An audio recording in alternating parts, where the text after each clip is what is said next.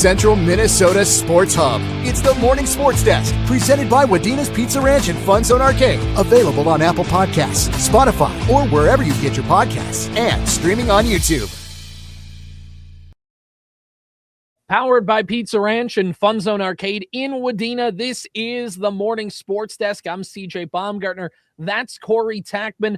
Record-breaking performances in state girls basketball history, and also game preview for a Park Region Conference rematch between Wadena-Deer Creek and Bertha-Hewitt, and big moves in the state sports level. The Twins and Derek Falvey parting ways with the team's president and president of baseball operations. We had a whole half-hour conversation talking about it and realized we should just do it on the show. And are the Bucks getting Giannis?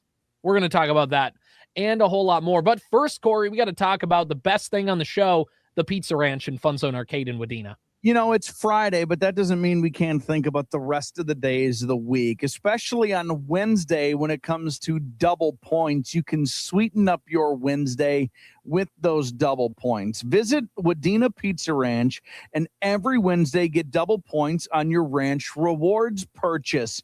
This includes buffet, but also dine-in and online food orders. So don't forget to grab a slice of that delicious chocolate chip cookie on the buffet, or if you order for takeout, you can get a free 8-inch chocolate chip cookie with your online order of $25 plus. Just add the cookie from the deals page, and you are off and running. It's always a good deal, but especially Wednesdays, double points on your ranch rewards at the Pizza Ranch and FunZone Arcade in Wadena.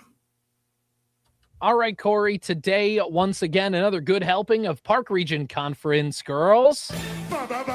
Basketball, give me the ball because I'm gonna dunk it!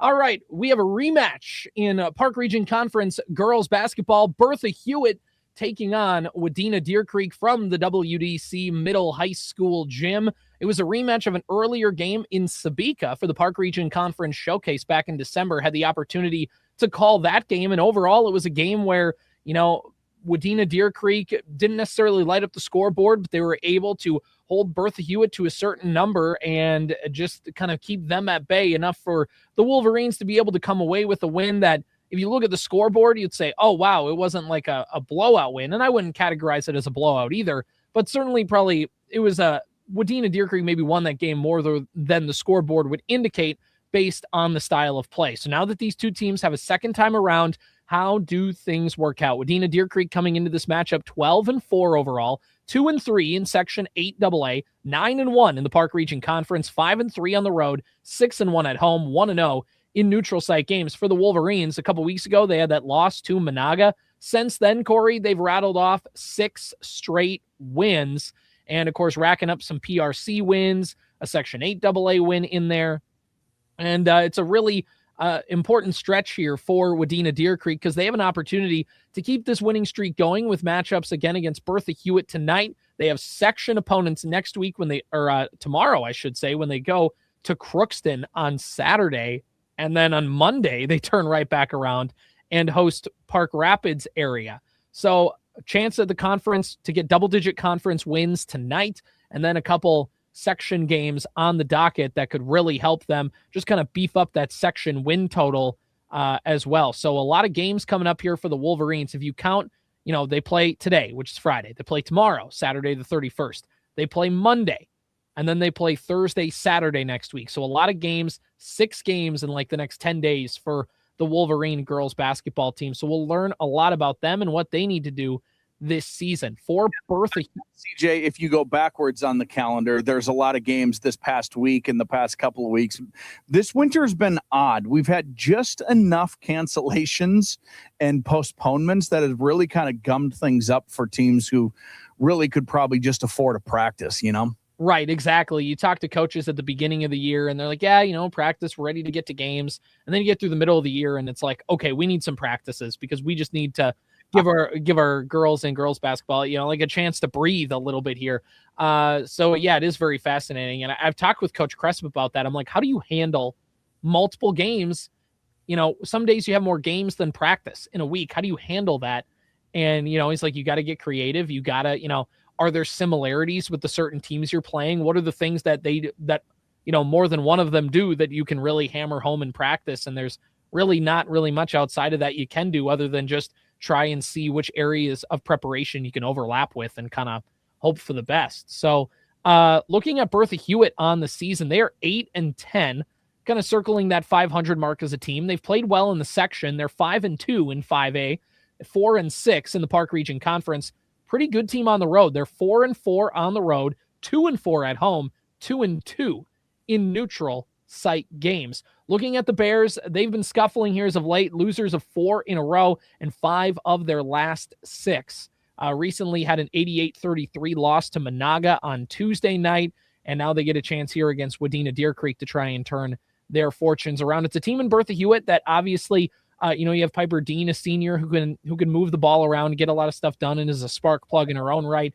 And then, you have the Bayett sisters who play pretty well, can rebound, get on the board, score a little bit. And then it's kind of it's a little bit in flux. You have some younger girls who are trying to get some time because they graduated a good amount of seniors last year on that run to the subsection title game. So it's kind of that picking up the pieces and things like that. And I've talked with Coach Quam throughout the season and said, we're learning and it's a process and we've kind of had to make some adjustments on the fly like every team does, but just really trying to find that groove. Now, as Corey, it's over halfway through the season. February's next week and the playoffs are at the end of February. And I don't know if you know this, February's the shortest month of the year. So it's coming up quickly with all this stuff. So we're starting to get to the point now where we're done experimenting. It's time to kind of find out who we are and just hit the brick on the gas. Yeah, I think this is kind of a fun matchup. Just personnel wise, I think both of these teams are kind of built pretty. These are two of the bigger teams in the conference, which is, you know what I mean? Like there's not a lot of teams who have multiple post players, I guess would be the best way to put it. And both of these teams have multiple post players.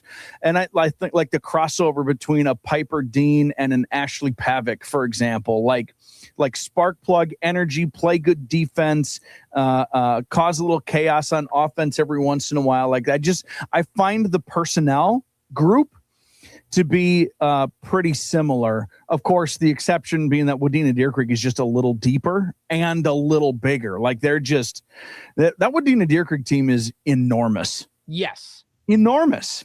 They have like 3 starters who are 5'10". Right. It's crazy. And you don't think it matters until all of a sudden you look and it's like, oh, how come they're able to reach for every rebound, or how come they're able to make that steal, or whatever. Sometimes it just happens. In the game on Monday that I had against Browerville, Pine River Bacchus in that matchup with both those teams, Pine River Bacchus won the game because their guard had just a little bit longer arms than the defender. The defender ran with him in step, got himself in position, did everything right, but he just had a little bit longer arms and was able to grab the basketball, corral himself, and go up for the bunny because he just used the length to his advantage. So there's in particular too is like I think of Lily Parker for Wadena-Deer Creek. I know she had a big scoring night the other night, but she has been on multiple occasions this year like the primary, you're going to guard the other team's best player. She's 5'9". So oftentimes, as is the case in basketball, the other team's best player is often the point guard.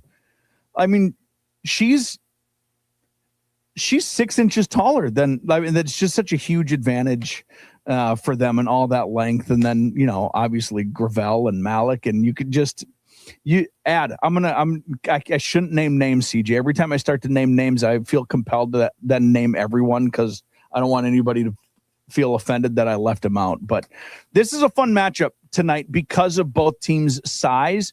I think this is a good matchup for Bertha-Hewitt with their size, and something that Wadena-Deer Creek is just not going to see and doesn't see that often. I think it's a fair, healthy challenge for both clubs. 101.7 FM, AM920 KWAD, online at wadenaradio.com/KWAD, and the Hubbard Radio Wadena YouTube page. Corey, there is something else we have to look at. It's more basketball. Give me the ball because I'm gonna dunk it. We have Heart of Lakes.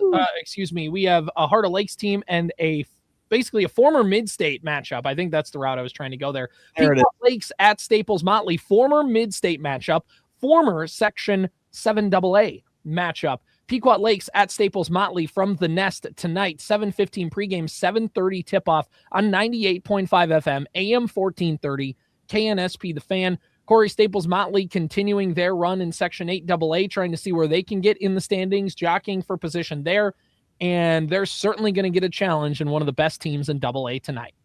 This is a matchup between two teams that could be section champions. This could potentially be the state quarterfinal matchup. This could very likely be a Section 7 champ versus a Section 8 champ here. Pequot Lakes, by all accounts, is even better than they were a year ago, and I say that having a conversation with their former coach, Coach Spitzka. Corey's hashtag sources.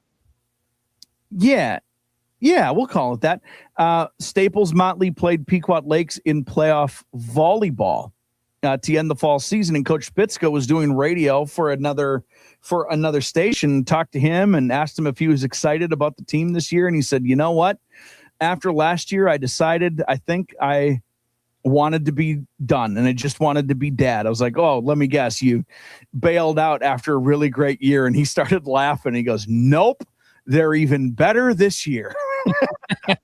He just wanted, and he's like, "I just want to watch my kid play. I just want to watch these boys play, and it's really just going to be something special." So Pequot Lakes is awesome.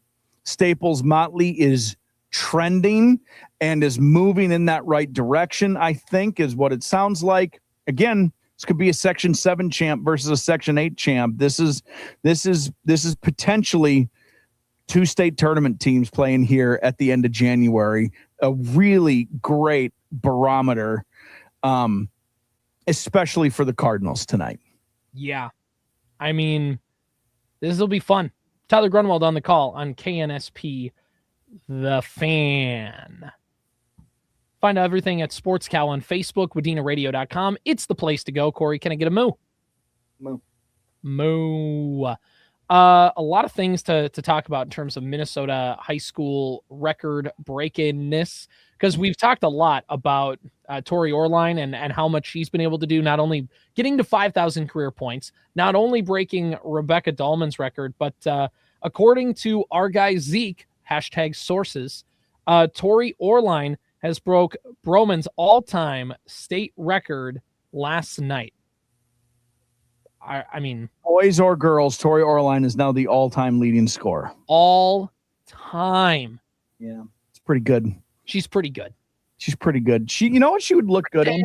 Pretty good. She would look really good in maroon and gold, don't you think? Yeah, I think, like, could you imagine her? I mean, I know she's done it in the state tournaments, but could you just imagine if she played at the barn like 15 times a winter? That'd be pretty sweet. That'd be pretty good. And to join a Gopher team that's probably going to make the NCAA tournament for women's. Listen, man, I pray at the altar of Coach P. I'm just so this every time she does something, I'm happy to live in central Minnesota and happy to have called her games. So, but this is all very selfish. I'm happy I get to see her play. I'm happy she's from around here. I'm happy she's going to stay. I'm happy she's like freaking awesome at basketball. Like, it's just the coolest, man. I'm just so happy for her and for me. I'm so happy I get to watch this. I can't imagine what it'd be like to actually be doing it. Right. It's insane. Congratulations to her on just numbers that we can't, like, we say it like it's your player in 2K and you have it set to rookie mode. Listen, we are celebrating, and we do almost every day, but certainly every week, players who score 1,000 points for their career. And that is a great achievement. And maybe we'll get to one. Somebody in Pillager just accomplished that goal the other night. That's up on the Sports Scout too. We can touch on that in a minute. But you're talking about a woman who scores 1,000 points a season, CJ. A season. She's scoring 1,000 points. It's incredible. Incredible. She's the best player. If you haven't seen her play, she's the best player you'll ever see play. There's a 1,000 point scorer for Pillager, Corey. Tell us more. Gabe Parrish got 1,000 points the other night. Hey. Like in your old gymnasium. Didn't it look like the picture looks like they're in Bertha-Hewitt? Yeah, they definitely are, although it looks nothing like the court I played on. We're 2 courts removed from that point. That is true. I know. Cool looking big old bear paw when I was in high school. They've done some awesome upgrades there. No, Gabe, if you haven't seen Gabe play, Gabe is a train on the tracks. That guy just is constantly moving forward and will run you over and will score and will shoot and will defend and will steal and will dunk. Gabe is fun to watch. So congratulations, Gabe. Corey, you've become our Pillager correspondent this year. So that's I was looking at the schedule, CJ. I have been in Pillager 3 times this year, and I think I'm going twice more. Yep. You're going one more for a doubleheader, I think. Oh, that's what it is. It's 2 more games, but I just decided the good people of Pillager needed more Corey Tackman in their life. Listen, I love going over there. It's awesome, and they're fun to watch, man. So congratulations, Gabe. Enjoy these. Yeah, exactly. Congrats, Gabe. Corey, enjoy these PRC matchups with Pillager while you can. Not going to be many more. Not going to be many more. I know that their activities director, Matt Moen, talked about it on the show that they were leaving. I can't quite remember what the year was, or like what the timeline is for that. But I believe it's probably through next year, I would guess. I don't know. I don't remember at all. I will find out, I guess. We'll find out next year when we look at the schedules and see that Wadena-Deer Creek only plays Pillager once. So yeah, right. Exactly. New non-conference opponent. Right, exactly. So all right, that wraps things up for our high school sports and everything like that. Again, Sports Cow is the place to go to find out all that great information and find out stuff. You can also get clips of the Sports Desk when you follow on Sports Cow on Facebook as well. I just need to bring up this yesterday. They released the girls team rankings. MN Wrestle did. Wadena-Deer Creek came on that list as the 11th ranked team in the state in girls wrestling. First time ever they've made the rankings. Mm-hmm. Edging out Bemidji by 1 spot. So it's a pretty congratulations. Man, there's something about wrestling in this part of the state, isn't there? Yeah, there's something in the water. It's so frozen, but there's something in there. There's something underneath the water. We can only get to it for like 6 weeks out of the year, but aren't those 6 weeks just great? It's pretty cool. It's pretty cool. It that's also what I told myself as I was getting out of my truck this morning, walking through the parking lot. It's pretty cool here. Pretty cool, eh? That was non-complimentary. No, I mean, I it's been pretty well documented that I am not a wrestler and I don't know a ton about wrestling. Nope. And that I was a terrible wrestler. Samesies. This is a well documented experience. If you have never been in an arena for really great wrestling, I cannot recommend it enough. Go to a gym where the wrestling matters, where it's competitive, where it counts, and just you'll be screaming with everyone else by the end of the night. And you're not even going to know why. Right. Big Ten Network has wrestling on all the time. Yep. Good gracious, man. It's the coolest. So anyway, shout out wrestling, I guess is the main point. Hashtag wrestling. Hashtag wrestling. Hashtag grappling. Hashtag Minnesota Twins and Derek Falvey part ways. Ugh. So do we have to? Yeah, I mean, because I need you to talk this through with me. We spent like a half hour talking it through, and so for those of you who don't know, and let's just start off with this. According to Jeff Passan of ESPN, he said that the Minnesota Twins and team president Derek Falvey are parting ways. He said Derek Falvey is out as president of baseball and business operations for the Minnesota Twins, according to the team. General manager Jeremy Zoll will run baseball operations, while Tom Pohlad, who took over as the team's control person in December, will temporarily run business. And if you read, and there's some records of like, hey, here's Derek Falvey's record over his time in Minnesota. He came in as the team's head of baseball operations after the 2016 season. They made the postseason in 17, 19, 20, and 23 over his tenure. And basically, Corey, I think the more I keep talking about this, the more that this has happened, because our first gut reactions were, what? Why now? Why now? Why do it on the second to last day of January? Pitchers and catchers report in 2 weeks. You just had Twins Fest on Saturday, where all of the team's ownership and leadership structure were answering questions and were available to people. Why all of a sudden now are they like, all right, yep, now that that's done, you're done. I just don't get it, Corey. So what's happening here? Tell me what I should think. All right. Let's break this down into 3 different perspectives. Okay. Yes. Let's start this conversation from the Twins' perspective, from the Pollad's perspective. Okay. Let's start there because I think it's easiest to break down this conversation from this perspective, from maybe what lofty isn't the right word. Maybe the most inaccurate perspective to the more accurate perspective. All right. So let's break this down from the Pollad's part of this.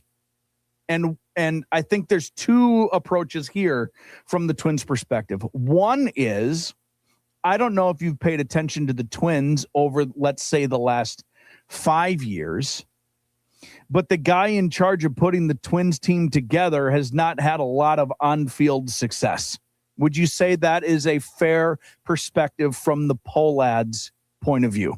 Yeah, from the Pollad's point of view, I mean, you just heard me list off the playoffs. They made the playoffs in 17 and 19 and 20. And since then, they've only made the playoffs in one season in 2023. So 2021, 2022, 23, 24, 25. You made the playoffs once in the last half decade. So that's one way to look at it. There's another Pollad perspective here on this. Again, I don't know how much you paid attention to the Twins over, let's just say 12 months. They have been pretty interested in finding their bottom line. Mm-hmm. It's a world, too, from their perspective, where you are letting go of a guy who's been in your organization for 10 years, and they just need to hire someone in for half that price because they're trying to make a bottom line. Mm-hmm. So that's the Pollad perspective. Anything else there, do you think, from their perspective? Or do we need to move on to the Falvey perspective? I think, too, and Pollad maybe is not being broad enough, but the ownership perspective. Remember, Corey, the Twins took on a whole bunch of minority owners because the team was nearly $600 million in debt. Yeah. And so they needed to bring in some minority owners to basically, you give up some ownership stake to give yourself some liquid capital to get yourself out of the hole you dug yourself into. And with that, those people, not that, again, they're not controlling owners. The Pollads are still in charge, but you just had to have a bunch of rich dudes write you checks for $500 million.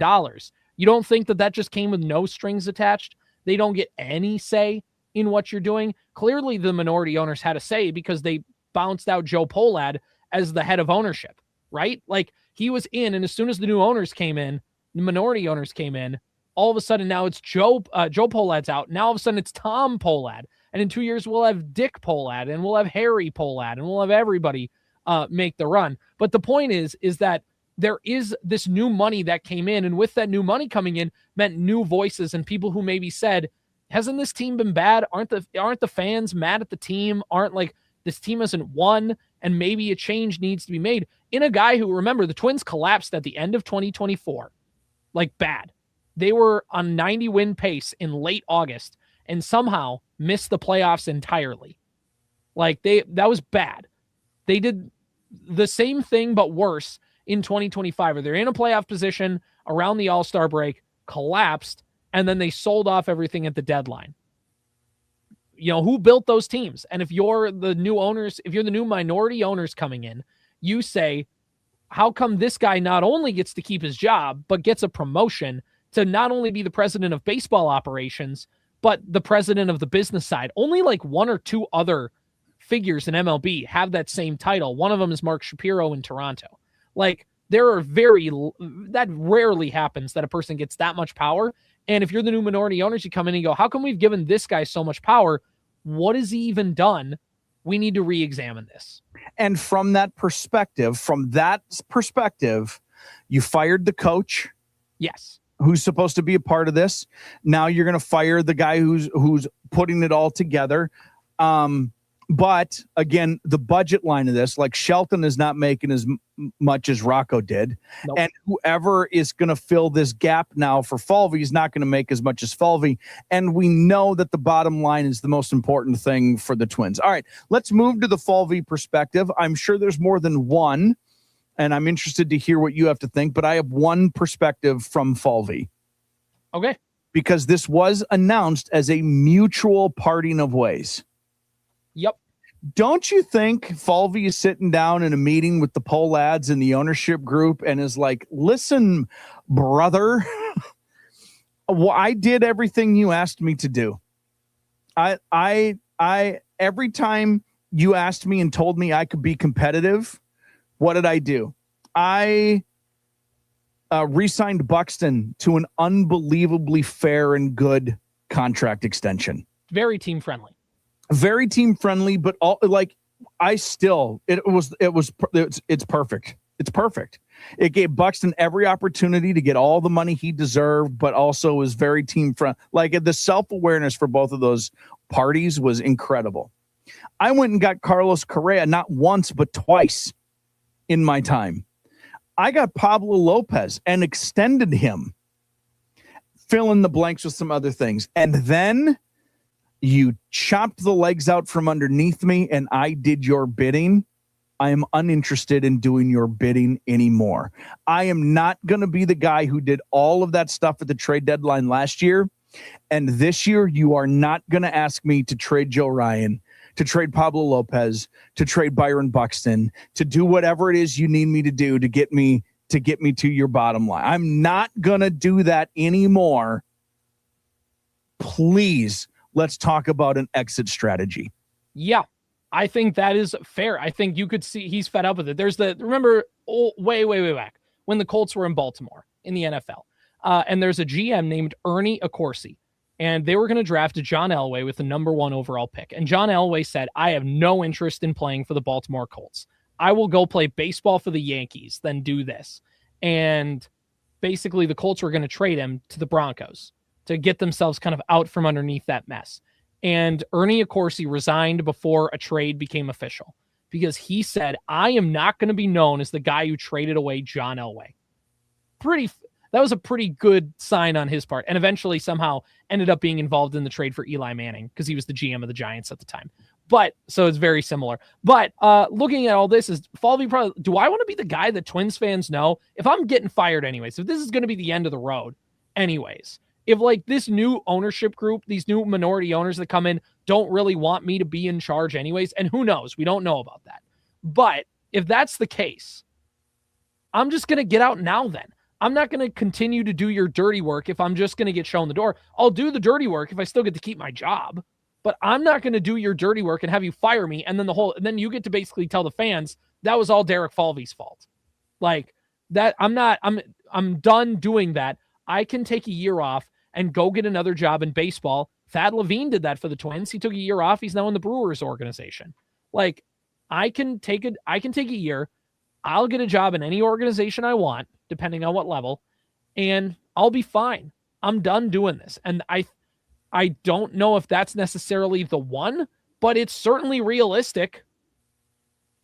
All right, so let's move on to the third and final perspective here, the fans.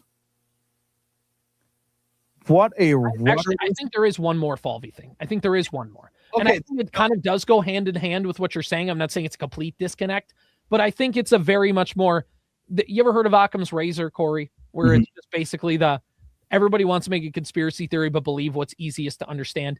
Maybe the Occam's razor of this all is just that Derek Falvey is burnt out from doing 2 very high demanding jobs, being the president of baseball operations and president of the team's business side. And things haven't been going well, and there's new minority owners coming in, and who knows what his job security looks like. And so maybe it's best to say, I've had a decade here. I loved it. It's time to do the next thing. And I'm going to bow out while everybody's coming in and let the new people in charge kind of get to start fresh and let them make their own slate. And maybe that's just the easiest one from Falvey's perspective to understand, is that like the times are a changing and maybe I just need to change with them. Yeah, I think that's a fair other option in all of this. I just don't. If that's the case, he's the first one to ever that'd be the first time anybody would ever done that. Right. And also doing it again at the end of January, right after Twins Fest. By the way, they did it right after Twins Fest, so that way nobody would talk about it during Twins Fest. We all understand that, right? Yes. That's exactly why they waited. So let's do the fan perspective here. Yes. This organization is rudderless and hapless and hopeless. And they try to tease us with it's not Joe Pohlad anymore. It's Tom Pohlad. But before that, it was Jeff. And you ran through all the names, made up or not made up, of which Pohlad it could be. But this is not it's just, they're like brothers and uncles and cousins and sons and whatever with each other. You think that just because they say Joe's the one doing this, that Tom doesn't have a say, or vice versa? Right. You don't think that Joe Pohlad was just doing the bidding of the Pohlad family tree anyways? This is an organization that has no winner's mentality or goal. They don't. And it is a huge, you and I were talking about this earlier. I didn't go to a Twins game last year, and I don't remember how far into the season I realized that I hadn't been to a Twins game, and it occurred to me that it didn't bother me at all. Didn't care at all. I would rather overpay for Timberwolves tickets than I would to just be given Twins tickets. What do I want to go to the Twins for? Imagine saying that 15 years ago. Well, I did say it in the exact opposite fashion. Right. I can buy a can of Bush's baked beans and be given a pair of tickets to see the Timberwolves. No, thanks. Not interested. The Twins are good. I'm going to overpay. And that's how me and my friends are going to socialize, is at a Twins game. It is. What about this decision makes you feel any better about the Twins? It just, again, Twins fans think that this is Falvey's fault. There's not a single person you or I know who's like, well, Falvey was the real problem here. No, he wasn't. He is the problem if you remove the underlying if you remove the umbrella of all of our conversations that we've had about the Twins for the past 12 months, that the Pohlads are the problem. Yeah. Nothing more. There, you can make some baseball cases. You can look at individual trades. You can look at all of that, and you can say, this is why Falvey shouldn't have a job anymore. But like you said, Corey, there is just that always, it's an excuse, but I'm not saying it's like a bad excuse of, what was I supposed to do, man? They cut payroll. I signed Carlos Correa to a $200 million contract, and then they told me we need to cut payroll. If that was going to be the case, I just wouldn't have offered Carlos Correa the contract. That's the other thing. He had to change on a dime their plan. It's sometimes disingenuous to have other baseball related conversations about the Twins and not acknowledge that the Pohlads are the puppeteers in this. Right. And not very good ones, by the way. Pretty terrible at it. You can see the hand. You can see their hand dip below the curtain. Yeah. When they have the marionettes. Yeah. And they're whispering to each other how much they hate it. Right. Oh, shucks. Another puppet show. Their hand goes into the curtain. In fact, the puppets fall off the string, and basically they go, honestly, guys, we would have loved to have better puppets, but more people should have bought tickets to the show. We don't even like puppets, to be fair. It's actually your fault. You should have bought more tickets. I don't like them. It's really hard. Well, and this is the thing, right? Tom Pohlad has came in. He said the right things. He's, before this, generally speaking, he's did the things of quote unquote taking accountability and all that kind of stuff. He said, and at the very least on paper has done that. But this is why you're shaking your head. Who cares that somebody with the last name Pohlad? It's really hard for fans to get beyond that, no matter how many times you call somebody who dropped their season tickets. Eric Andre and Hannibal Buress. Yeah. Yes, I'll make all the cuts that you want. Bang. Why did he do that to us? Screw him. Hey, Corey, are the Timberwolves getting Giannis? I don't know. It kind of seems like they're in play. It's funny because the rumor came from Brian Windhorst, but Windhorst also listed 3 other teams, I think. Right. There is a thing with Giannis. So, of course, we're talking about that Giannis wants to play with, prefer not like a number one on a bullet, but would like to play with Anthony Edwards. Like, that is something that intrigues him. Who wouldn't? Exactly. I mean, if we're just, this is a statement that doesn't need a follow-up, but like the closest thing you could get to modern Shaq and Kobe, maybe Ant and Giannis. Like that just... That's interesting. That's a fun little comparison. I'm fine with that. Somebody brought it up on Twitter and I can't get it out of my head. But basically the biggest thing with all of this is Giannis, like, I mean, everybody knows Giannis's personality. There's reports that he would really like to play with Tyrese Maxey. Giannis just wants to play. Like, Giannis is that dude who's like, I could play with that guy. That'd be fun. Giannis wants to play with good players because the last time he played with good players, they won a title. It's not that hard. I would want to play with good players too. I would like to play with Drew Holiday if I could. Thank you. But like, that's I would like to play with in his prime Drew Holiday. I would like to play with Bobby Portis. Anyway, but like with this entire thing with the Timberwolves, there's a million places Giannis could go. The Nets are rumored to be in the mix. The Heat are rumored to be in the mix. The Warriors are rumored to be in the mix because after all, the Warriors have all their draft picks and they could offer them Jimmy Butler, who tore his ACL. Wouldn't that be great? Also, have Jimmy Butler get banished to Milwaukee would be very fun. It would only be for 18 months total before he just blackballed himself to another organization somewhere. You're gonna go back to Marquette on campus for a little bit while we're here in Milwaukee, and you're gonna rehab your injury away from everybody. But you'll get paid. But your checks will have, our owner's name on them. By the way, Corey, here's the thing about Milwaukee. We just need to maybe understand that in all of this, they might not be a competent organization. Correct. Hey, you want to know who owns the Milwaukee Bucks? The Pohlads. No, somehow just as worse. Jimmy Haslam, owner of the Browns. Oh, nice. Yeah, that's a problem. That's a huge, huge problem. Yeah, that's his NFL and NBA teams are a little in flux at the moment. If I were a Bucks fan, though, the hard part about this is like Giannis is your superhero, right? And never wanted to leave, but now it just feels like the writing's on the wall that they have to tank. And also he got you a title, and like there's a little maybe like you're going to be sad about it and even a little bitter for a while, but also this is going to be a Minnesota fans in KG situation. I was just going to bring that up. Go get yours, brother. You've done everything you can for us. This isn't your fault anymore. Right. And I think that's how Milwaukee fans generally feel. They're like, the team fired Adrian Griffin when they were 30-13 to hire Doc Rivers, and he immediately sunk them. Well, and they don't have any players. Right. Like they got a little unlucky with Dame, right? Dame was old and then got hurt, and that was basically the end. So they got a little unlucky there, but like who else is on that team? The Antetokounmpo brothers. Yeah, Thanasis is on the team too. You're right. Yeah, that'll save them. So do the Timberwolves have room on their roster for Thanasis? That's the only other question. Well, they will, because they'll have to pretty much trade their entire roster to get, because the Timberwolves, remember, they don't have draft picks because they still, I mean, they've used up, I think, one so far, maybe two of the first round picks in the Rudy Gobert deal. So it's, if you're the Wolves, do you want to drain every first round draft pick you have for the next 5 years? That doesn't sound good at all.